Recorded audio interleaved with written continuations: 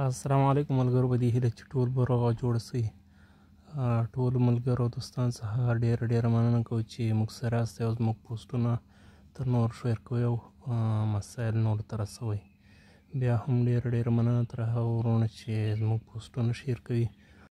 د همدوی له برکته دا دی په یوه میاشت کې تقریبا 1000 ملګري را یو ځای شوي زموږ چینل ته. نو ډېره مننه. السلام علیکم. ملګرو که تاسو زموږ چینل نه یې سبسکرایب کړی نو چینل د سره سبسکرایب کړئ او همدغرانګه لایک ورکړئ.